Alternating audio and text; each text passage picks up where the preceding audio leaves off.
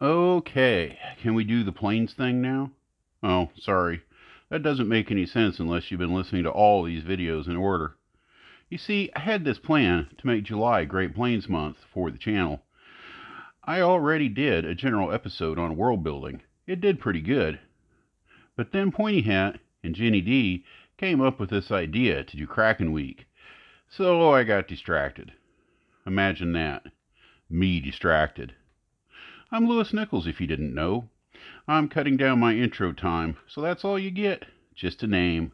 Watch an older video or check out the description if you want to know the rest. Today we're doing an exercise in world building on a plains biome. We're going to start with an NPC, so let's give mythweavers.com a try. No presets.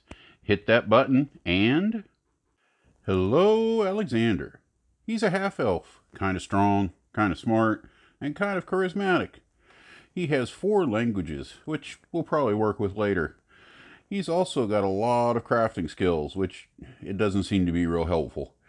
Let's ask CoPilot and see what we can add to him. But first, the image is not from the original generating website. It is from CoPilot, and that's where a lot of this art's from. So, CoPilot, create an NPC half-elf for an urban environment. He's strong, smart, and friendly. Let's see here. Amber eyes, the hair is wavy, often unruly, and the name we will expand to, Alexander Thaloran. He's a rogue, a brawler, and is extremely plugged into the local background. No, underground. He has connections everywhere. His expertise is in lockpicking and urban survival. Mom is a human, and she is still around. Okay, this is our guide to the city of Goldenhall in the farming province of Ranlin in the theocratic state of Eldenesh. Alexander rises around his usual time. The mid-morning bells stir him from his slumber. He will occasionally sleep in to the lunch hour to get his 8 hours. But not today. Too many things to do. He dresses in civilian clothing. Imported silk touches his skin, but his shirt and trousers are woven locally. The shirt is a tasteful faded green, the pants a golden brown. It's what the majority of middle-class citizens wear, so he will not stand out. He can't help but look to the skies, and there's a lot of sky to look at out here. It's silly, he knows. The city's patron won't be around this time of day, and he wouldn't give the lone half-elf a second thought, even if he was. It's easy to blend in, even with a dragon on the fly. People say the city is happier because Acronox lives nearby. The ancient gold dragon supposedly is the reason one will occasionally come across a talking rat going through one's garbage bin. Alexander was born here. He just assumed it was normal. He also thought the city's many carvings of dragons could all watch him. He was a good boy through most of his youth because he thought he had to be. The rituals of bread. Farmland doesn't have to mean wheat, but in this case it does. Naturally, there are a number of bakeries in the city to take advantage. In an industrial-sized facility that's come to be known as the Brick, tack is baked by the ton. This durable food often finds its way into adventurers' packs wrapped in green paper to protect it from moisture. Other bakeries include the Sugar and Crumbs, Glazen's Pantry, and Cake My Day. Each has their own specialty. When it comes to rituals, most meals can't start unless the eldest at the table has cracked open a ceremonial loaf.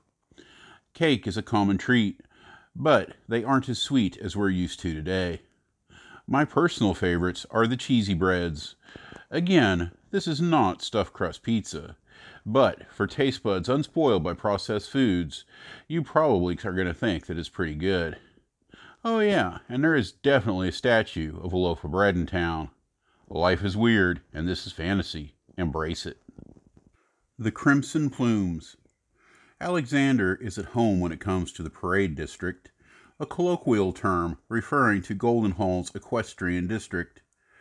In a series of connected structures and fields, there is the Fraternity of Nybal, the Castle Rendal, and the Contra Maureen, otherwise known as the Academy. The racetrack is adjacent, and the grazing fields lie beyond. The city maintains a royal garrison of 1,000 cavalry, the Crimson Plumes. It's one of the few sources of outsiders into this small city. Sometimes having a dragon isn't enough. The Plumes have been around since before Acronox. They have long patrolled the southwestern extremes of the theocracy and sometimes served with the Holy Infanta, one of the largest standing armies in the world. Equestrianism is a city pastime. Nearly every young man and woman spends a few months every year at the academy. There they learn to ride and care for horses. Most never work with horses as a vocation. Even fewer join the cavalry, but barely a soul can't bring a mare to trot. Statues of fallen heroes and their horses dot the parade grounds, as do private veterans clubs and a plethora of small businesses. For those of you familiar with my concept of development levels, the city as a whole, it's a 5. The parade grounds are a solid 7, the highest number on the chart. The finest saddle makers, blacksmiths, and horse trainers work here. Alexander stops at the Leatherman's Scribe. The girl who works in the front of the shop has a bit of a crush on him, which he uses to his full advantage. Alexander learned a long time ago the parade grounds weren't just a place for above-the-board transactions. It was a storehouse of free goods, if you know where to look. You sure do like looking at those horses.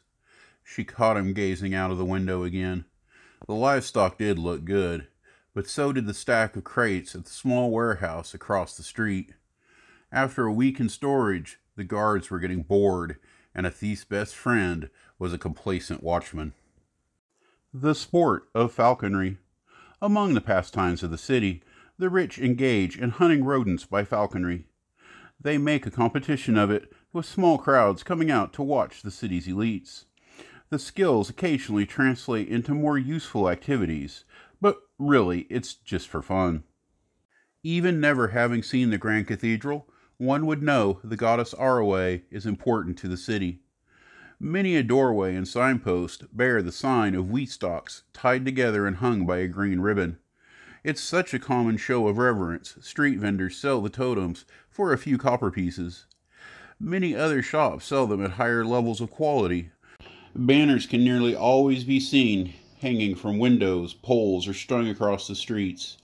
They are put out in quantity during planting and harvests, and the last of them never seem to be taken down. Now, in all honesty, it would be hard to miss the temple. For the most part, the acre compound is a series of single-story buildings, but there is the bell tower at 70 feet and the commensary at 50. This blocky structure is usually considered to be the second biggest building in town. It's the home to the church's administrative offices, campus library, and weather station. It's a busy place, sharing civil duties for planning crop rotation and managing distribution. The Temple of Araway, as many temples do, stands out in the city for more than just its size. 3 centuries ago, when construction began, a commitment was made to import gold-hued marble from faraway quarries. The ornate, some say gaudy, beauty of the temple now reflects the richness of the land. Some have commented the structure looks more like a temple dedicated to a dwarven god or some goddess of jewels. The commensary is gilded in gold, set with rubies. Strips of the valuable metal run up the sides of the square bell tower as well. Ostentatious as it is, the temple radiates the power of the heavens.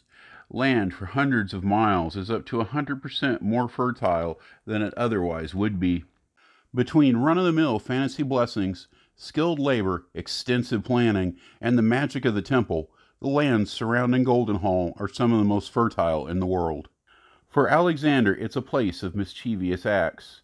The thief slips into one of the commensary's many offices for a sheaf of papers and the cap of an errand boy.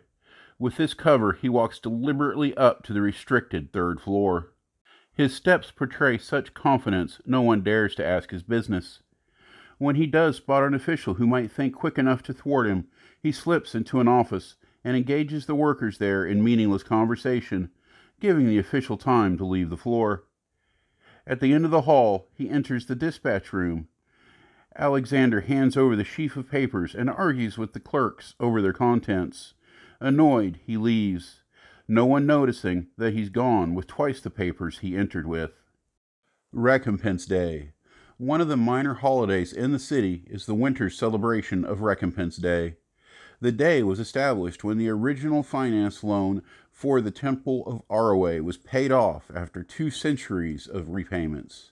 Banks and other money-centric businesses are closed, as well as most government offices. Paradoxically, this makes it impossible to actually pay back a loan on this day. The Argeddon House. The Argeddon House is a fine hotel catering to traveling clergy, noblemen, and adventurers. It's an old building, renovated from a 700-year-old barracks that served a long-gone castle. It's the seed that sprouted the city. It's been renovated numerous times and become more lavish on every occasion. The hotel offers a number of services to all of its patrons, including armor detailing, general laundry, in-room bathing, butler services, grooming, and postal. There are more businesses on the surrounding blocks, making the area something of an upscale business district. Fine restaurants, jewelry stores, clothing shops. You might even find the occasional magical trinket. The structure is built in 5 wings, 2 of which specialize in housing adventuring teams. Suites are available with multiple rooms branching off of a central seating area. All of the doors are heavy wood, and the hotel maintains 24-hour patrols. Service, security, and service is the highly advertised motto of the Argeddon House. It's a bit tongue-in-cheek, but the first service suggests the hotel considers itself part of a network of support for those in the service of the theocracy all the way down to the localized paramilitias, such as adventuring teams and fighting groups. As such, the hotel will always do its best to maintain a catalog of leads for local adventuring opportunities. Alexander enters the welcoming Hall of Heroes. It's the lobby of the Argeddon House, full of statuary, portraits, and displays of arms. The room is designed to be open, but at the same time to serve as a venue for small private conversations. Alexander nods to the floor manager and takes his seat. As he waits, he reads a week-old newspaper from the capital. After half an hour, a halfling approaches. A big bearded human waits nearby, protectively. After a brief conversation, Alexander reveals the location of the poorly guarded freight located near the Leatherman scribed. He suggests the watchman should be easily distracted. When asked about how long the contents will be there, he hands over a sheaf with a few details about the contents. They'll have a hard time moving it without a shipping order. I'd say 3 days. The conversation ends, and Alexander picks up his payment from his hotel safe box. The floor manager will have already taken his percentage, but the thief overtips the boys up front anyway. A couple $100 gold in exchange for a tip that'll make somebody else a few grand is still a good deal for him and his mother, and he's not the one taking the risks. History. 800 years ago, the Golden Sea Plains was a land of wild horses and migratory herds similar to what one might find on the Serengeti. They had elephants and giant 3-horned rhinoceroses that were just as big as their pachyderm cousins. The business of Goldenhall Castle and the small town that surrounded it was war. For centuries, they defended the untamed plains against incursions from the deep south. The disjointed kingdoms and petty city-states of the north collaborated for their own defense, and eventually, 130 years ago, turned the whole thing into a sprawling theocracy. Farm and ranching interests grew along with Goldenhall, and now they dominate the local economy. The lifeblood of the city is all things agricultural, from beef to honey, with wheat leading the way. Before I wrap this thing up, I just want to stress there are plenty of potential adventurers in the open plains. Land sharks are an irresistible choice, along with flying threats. This can be the land of bandits, mixing in with the regular population. The quintessential American Wild West was big sky country, and those cowboys always had something going on. You can do all the usual cult busting. Small towns out in the plains can be highly sustainable, and keep themselves cut off from the rest of society to easily hide their secrets. There can be almost a Star Trek vibe here where settlements are treated like planets. You never know what lies waiting at your next port of call. Maybe a salt monster doppelganger is running wild in a tiny town. Maybe two adjacent cities are in perpetual war, throwing dice to see who wins battles, and then sacrificing the victims to a war god. The ideas are endless, but our time is not. Now, I've recently been kind with shorter intros, so you're getting the big outro today. First, do the stuff. Like, sub, comment. Everything I accomplish here is entirely due to your actions. I want to thank you all for spending some time with me. If you're intrigued, you can find a few of my maps on Inkarnate. You can check out my fiction on Amazon. Other than that, I'm mostly a YouTube guy, but I am working towards getting some content available on DM's Guild and other community sites. That's for later though. For now, I want to do a couple more world building exercises this month, and we'll soon be looking at Eberron, rising from the last war, so you can make a decision whether it's worth buying for yourself or not. I hope you all have an absolutely great rest of the day. Cheers.